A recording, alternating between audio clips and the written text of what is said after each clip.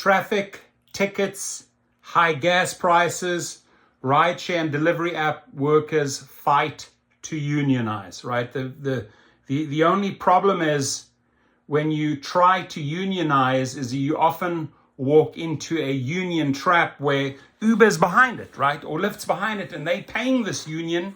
So you're not getting true representation, right? You're being fooled because they are doing backroom deals with these unions. So it's really tough to find the right fit. Coalition in New York City is organizing to demand better work conditions, including living wages, basic benefits, and safe work environment. And so when you are thinking of joining a union, you got to do your research, right?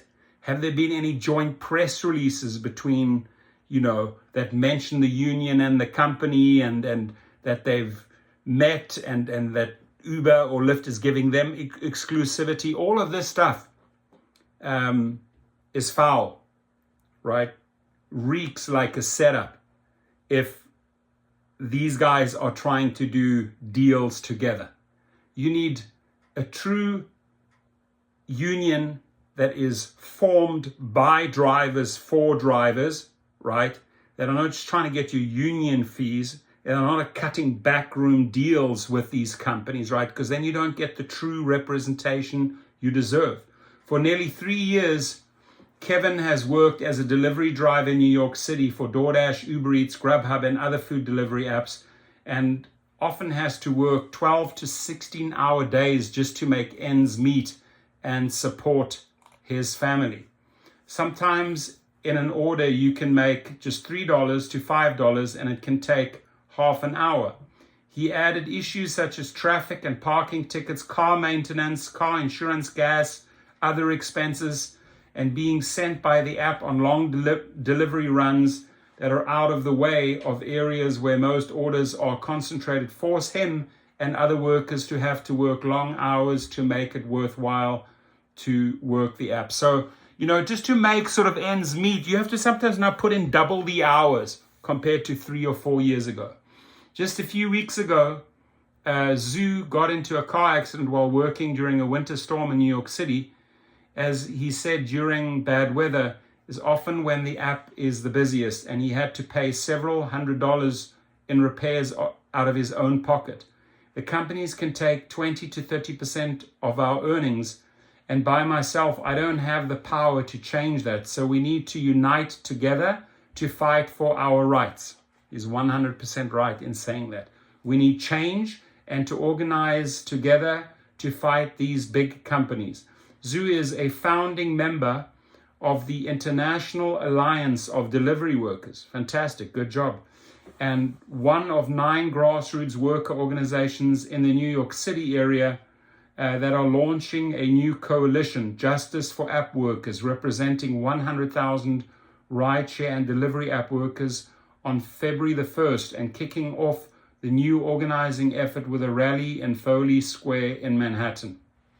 The coalition is one of the largest organizing campaigns focused on the gig app economy in the United States. It held the New York rally last week, where hundreds of workers held banners and protested to highlight their struggles in the gig economy. Do send me pictures if you were at that, please.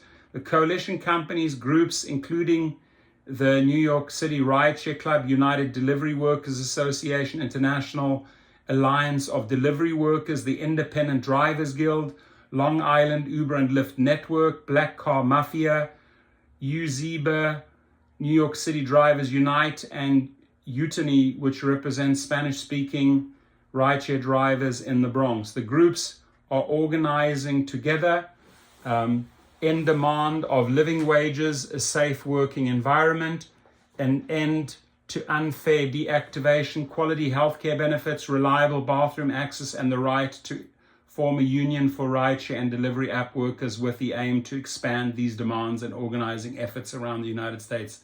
Rideshare and delivery app workers around the US have been pressuring elected officials to rein in the industry's treatment of workers.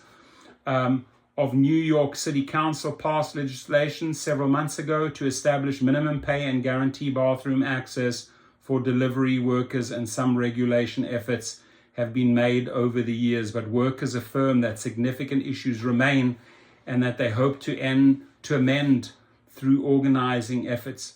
Now, this lady, I've been on her show. I've been invited on one of her shows. She's a hard hitter. She's tough. I like her. Naomi Ogotu has worked full-time as a driver for Uber and Lyft since 2016. We are fighting to transform this industry. So good for her.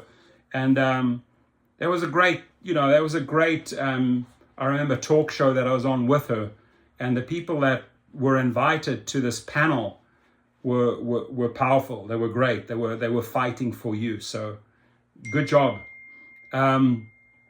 We are fighting to transform the industry, said Naomi Ogotu, who has worked full-time as a rideshare driver for Uber and Lyft since 2016. We want to take on these multi-billion-dollar companies that control our lives. We are a big part of the New York economy, and we are an important and integral part of New York. We deserve better. And she's 100% right.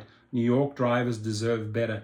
She explained the issues she has faced as a rideshare driver and heard from other drivers over the past several years, such as the apps taking a significant chunk of revenue out of every ride, a lack of security features to protect drivers, a lack of support for fair arbitration in cases of wrongful deactivation of driver accounts, and a lack of paid leave if a driver has any job-related issues such as getting assaulted by a passenger. Ogotu also cited a lack of access to bathrooms as a prevalent problem for rideshare drivers in New York City, which is absolutely true. As she often has to drive far out of her way to find a bathroom she is able to use while on the job. I close my app to go to the Wegmans supermarket in Brooklyn. That's where I go to the bathroom. So that's how I've broken my day. That means I'm losing income because I'm driving across the bridge, going all the way to Brooklyn just to use a bathroom, said Ogotu, who is also president of New York City Rideshare Club, which represents about 4,400 rideshare drivers in New York City.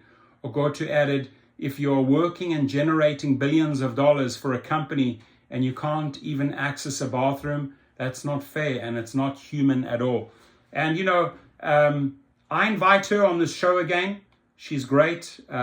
Naomi, come on my show again. I was on your show last time. Come and join me on our show, and then we can collaborate, right? We can collaborate.